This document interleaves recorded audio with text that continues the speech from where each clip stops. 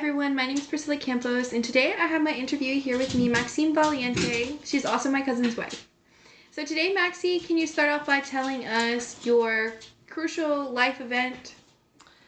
Yes, I can definitely do that. I think in order for you guys to understand the impact of my life event, I think it's good to establish a little bit of background on who I was before my life event. So I was the high schooler who I remember crying because I got a B on a test. Not as a final grade, but as a test. I got a B, and I was so devastated by my chemistry exam that, yeah. Anyways, my mom always had to comfort me and say that it was okay when I didn't get straight A's because I was so hard on myself. So I think type A, right?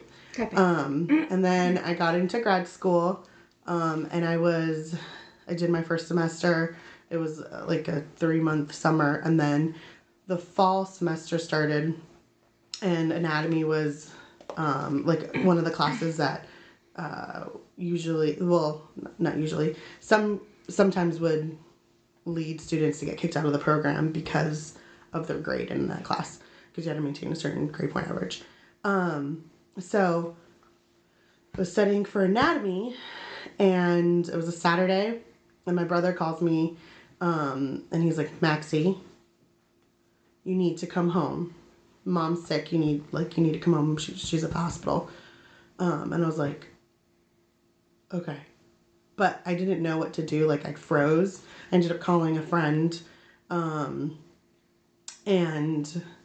they were like, pack up your backpack, go to your apartment, pack some clothes, drive to the hospital. And it's I needed those directions explicitly said to me, because I was just frozen, because my brother doesn't generally call me to tell me to come home, right? So, and tell me mom's sick, to the point where he's like, you need to come home. Sure. So that was scary and Alarming, and I didn't think I was fight or flight or freeze. Apparently I froze. So I drove, I got to the hospital. That she has a pituitary macroadenoma. She had 2 or 3 grand mal seizures. She was medevac to Fairfax Hospital. I couldn't get in to see her right away. But they tell me where to meet them. I'm walking down these steps, and my brother, my sister-in-law, and my dad are standing at the bottom of the steps to tell me she has a brain tumor. And I see all of my cousins, all my aunts, all my uncles, and I don't get in to see her for hours. So that was really hard. Anyways, she ends up having a brain surgery. After this brain surgery, she was still a lot like my mom. She just had worse vision. She needed some help, but she was pretty independent. She had poor vision, so she couldn't cook for herself. She couldn't drive herself anymore. She couldn't have a job anymore. She needed help with the laundry, because she couldn't see the dials, to turn the machine. So it went a lot from my mom being independent to my mom now needing my help for things. So that was a change that year. She was still basically my mom, though. I could still come to her for help. And she knew the reason behind things. And then a year later, my uncle passes away. And then about 3 months after that, my mom had her second brain surgery. And during her second brain surgery, this one was also through her skull, she had a right brain bleed that caused left hemiparesis. She ended up being in the hospital for 3 months. By the time she came out of the ICU, she was in the rehab center, and it happened to be, she was in the rehab center while I was during my spring break. So I came home from OT school, and I saw how the OTs and the PTs. I apologize for the pause. Please continue, Maxie. Okay. So after my mom's second brain surgery, she was very different. She needed a lot of care, because she had medications. but she couldn't like get out of bed on her own. So there was rehab, there was inpatient or like therapy, and then I came home, I think, for that summer before continuing on. But then I came home for clinicals. That's what happened. I came home for clinicals. So I moved home from James Madison. I moved home for summer semester and fall. There were 6 months of clinicals. And then in those 6 months of clinicals, my last, so my graduation day was 12, 13, 14. And so the day before was 12, 14. That was my final for my second clinicals. The graduation, 12, 13, 14. My graduation party, which my mom wanted me to have, but she wasn't like super capable of planning it on her own, so I had to kind of plan it myself and send out invitations. 12, 14, 14. And then my birthday was December 15th, 14. And then her third brain surgery was December 16th, 2014. So that was very stressful. Like, there was like no break in this like 2.5 years. I feel like.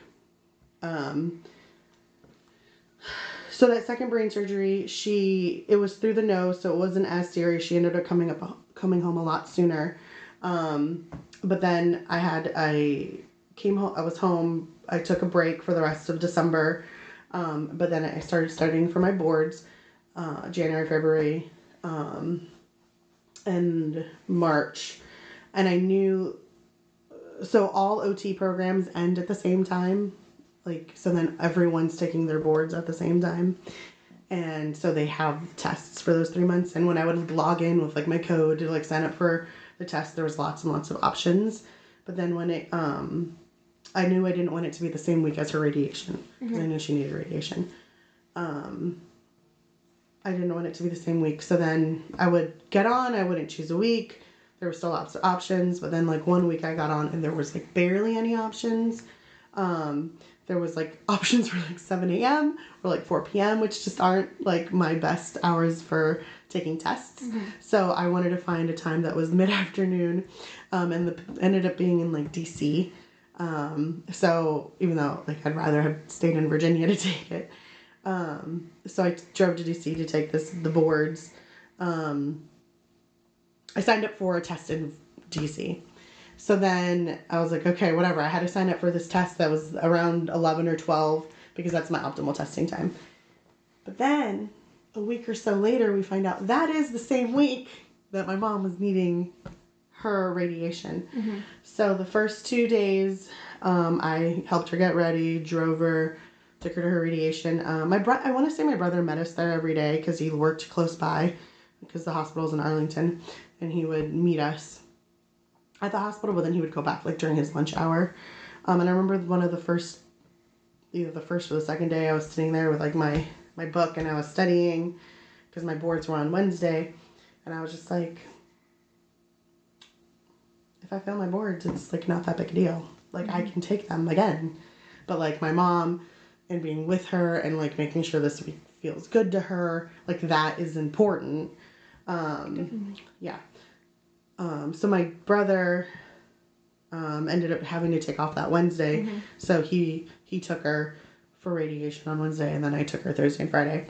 I passed, the first time. Yay. But yeah, that's kind of, I feel like, my story. So initially, what did you expect was going to happen when everything kind of transpired, and what you expected was actually different? I think the biggest thing was me and my mom's personality or relationship, because my mom's personality changed so drastically. Because I mean, it's her pituitary, it's in the prefrontal cortex, it's like decision making, it's so much. So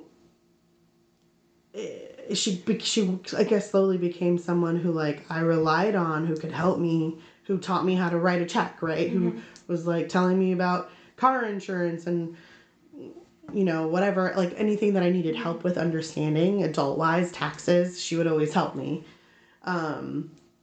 Like she was my go-to person. I mean, I love my dad. He's great, but you know, my mom is who I went to. Sure. And then that slowly changed, and then it became I was her caregiver, and becoming a caregiver, like I love her, and I'm glad she's alive, but it was really hard because there was a grieving because she was no longer who I had. Mm-hmm. It's like I grieved who I had. It sounds.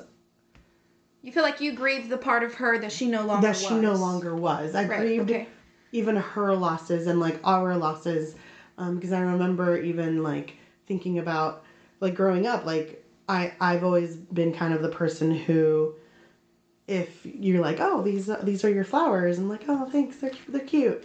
But then if I didn't like them, I knew my mom. She had like the backbone to be like, no, that's not right. That's not what we ordered. Like you need to fix this. So I knew my mom, like in high school one time I like was I was dog sitting or something, and the family had said I was gonna, they were gonna pay me for it, but then they didn't end up paying me for it. So then my mom like talked to them and was like, that's not okay. You said you were gonna pay her. You need to pay her like for driving to your house and feeding your cat or whatever. So my mom was my advocate, when I wasn't an advocate for myself, I guess, you know. So I always knew she was going to like play a role in all these important life events. And I think I also grieved that, like my mom was still present, and I worked hard to have her like, I made sure she came to my dress situation. It was like me getting my dress fitted and picking my dress, and I took her shopping for her dress, and I took her shopping for her shoes. You still included her. I included her, but it was also just like not what I expected, which... Yeah. So you think the part that... I'm happy I have my mom. Yeah. Right? Like... Of course. I love my mom. I'm so glad she's alive. But a part of me was also sad that it wasn't...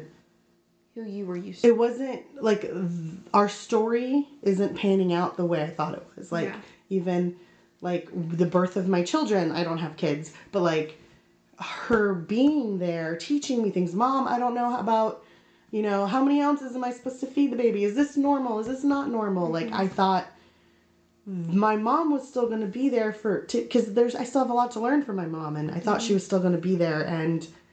I don't know. That's the part that I grieve and I'm sad. And, but again, don't waste so much time worrying about that. Like, I think it's a valid feeling, but I need to like not focus on it, because there are still ways that I can include her in my life and do include her in my life. Because just because it's not the way I wanted it to be or pictured it to be doesn't mean that this time doesn't exist. So I'm still making the best of it all. Sure. Yeah. So do you think the part that basically I can kind of grasp from what you're saying is that you didn't expect for your mom to go through such a drastic change in such a short period of time, and obviously that wasn't the case because she obviously changed drastically over time. Yeah. So I guess the next question I want to ask you is, what lesson did you learn from going through this event, living through this event? I think the biggest thing is, if it's not going to matter in 5 years, then don't spend too much time worrying about it. Had I failed the boards, I could have paid another $500, and I could have taken another 4 hours to take this test. And it would have been stressful. It would have been upsetting. I would have been upset. But like 5 years later, like I've been an OT, I don't know how many years now, but it wouldn't have mattered. It would still be an OT. I just would have had to take it twice. Yeah. You know what I mean? Like, yeah, it would have been crappy. And that's a big deal, failing the boards, right? Yeah. But I would have been fine. Had my mom passed away like that, like I wouldn't have these still special stories of her coming to my wedding and her dancing with my husband and dancing with my brother and giving a speech. And, you know, like, there's still so many special To memories cherish. that I cherish. So, yeah, if that, in that moment, in the waiting room, what mattered was my mom. My mom was still going to matter 5 years from now. Her brain situation was still going to matter 5 years from now. Of course. But the passing of that boards, although a big deal because I'd been working for it for 2.5 years, it wouldn't have mattered 5 years later because I would have just taken it again and no one would have, you know what I mean? Like, Very valid point. I don't know. I'm So- sorry for rambling. Why do you feel like that lesson is important for others to know or to hear? I think it's important because you don't want to learn it because I think it's important to know, like, if you have feelings, your feelings are valid. You're allowed to have your feelings. You're allowed to be upset. You're allowed to be angry. But I think it's like finding a way to work through it and move past it, because if you stay there too long or longer than is necessary, maybe you were supposed to be in that feeling for a bit longer. But you don't want to have like regrets later of saying, like, you know, I wish instead of like being so sad, I wish I would have made that moment better. I wish I would have been more present and made the best of what I could, because you can still make it the best version. Like, you don't have to worry about all the loss. It's okay to be sad, but I think it's also important to be present and to make the most of it. And if you don't learn that till later, you can have like some regrets, potentially. Yeah. And you know, I don't want any regrets. I don't, you know what I mean? Yes. So I think that's all I have to ask for you. So thank you so much for participating. Thank you.